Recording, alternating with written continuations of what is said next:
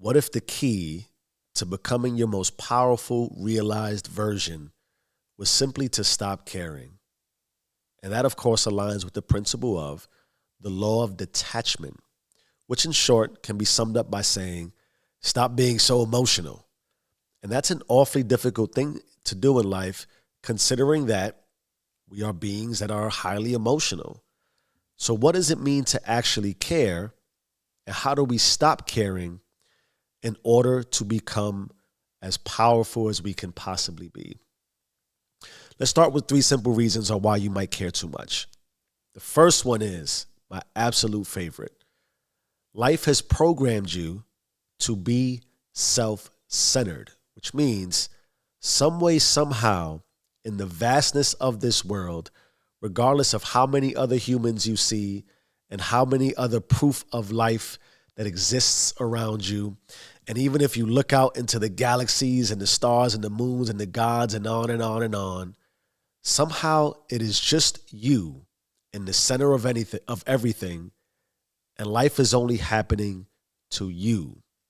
And as you proceed forward with that mindset, how could you help but not care when you're the only one stuck in traffic, when you're the only one who has had a bad day at the office, when you are the only one struggling relationally, when you're the only one who got 11 kids running around the house and everything from diapers to puberty is happening?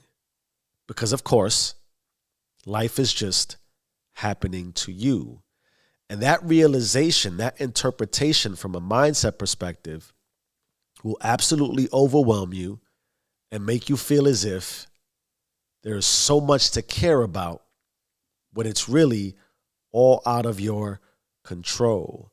And so the self-centeredness of life will absolutely put you on a path where you are caring far too much as if somehow you are the only one. And that leads into another one of the difficulties when we start to care too much, which is because life is just happening to you and it's self-centered, you, of course, need to control your narratives. You're focused on outcomes. Life has to go exactly how you want it to go.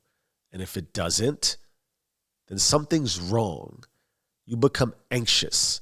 You become doubtful. You become stressed, as if, again, you had full control, which also works real closely in line with life is only happening to you. And so while you're busy being busy and you're seeking that profession you believe you deserve because of whatever degree you have, whatever experience you have, whatever path you believed you've chosen, but yet you don't get it, you become focused on the outcome as if there aren't other jobs available. When that relationship doesn't work out, you're focused on what has already occurred, as if somehow that relationship is going to remanifest itself. And maybe it would, and maybe it could, but should it? On and on, whether it be with your children and all other aspects that bring forth possibilities in life. You're focused on the outcome of what you believe it should be, as opposed to just flowing through the process. A third difficulty with caring too much revolves around people pleasing. And this becomes, again, highly emotional from the perspective that if you don't align with principles, values, taught culture, you might somehow be different. You might somehow stand out and look awkward. And we don't want that, truthfully. We want to ensure that when we represent ourselves, when we stand out in front of others, whatever the forum is, whatever community, environment, or space we're in, we have to ensure that the mask we wear aligns with what we expect the people to see that might define what looks like success, even if it's not what we're truly feeling on the inside. Ironically, dismissing our true emotions for fostered emotions in order to please the masses and fit in to the crowd. 3 very simple yet overwhelming realities that come with caring too much. So how do we stop? First and foremost, if you consider the possibility that we are very self-centered and the center of our own universe, we need to begin to unlearn our behaviors. Ask yourself, why do you care so much about caring? And what are you actually caring about? Is it something that aligns with who you believe you truly are? Are you mimicking behaviors that are taught based on a culture you don't really even align with or agree with, or that you believe is required based on whose principles, whose values? So assessing why you care so much about caring can allow you to explore the possibilities of caring less. And then another possibility to stop caring is to realize that you do want some level of control, but there is only but so much you can control. So I can sum it up as control the controllables, which can be very simply and fundamentally predicated on who are you as a person? How are you deciding to feel when you wake up? What kind of morning routine do you have? What kind of spiritual practice?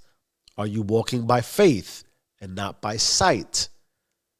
What kind of impact do you have in your varying relationships, in your community, as just a person?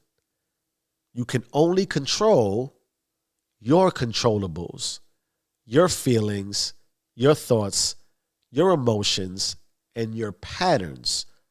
So why not focus on making them the most optimized possibility for you? And then, of course, very similar, but yet different, in that you should focus on process, not outcomes.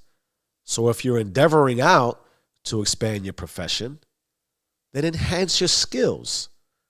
And the job that is right for you will absolutely manifest itself.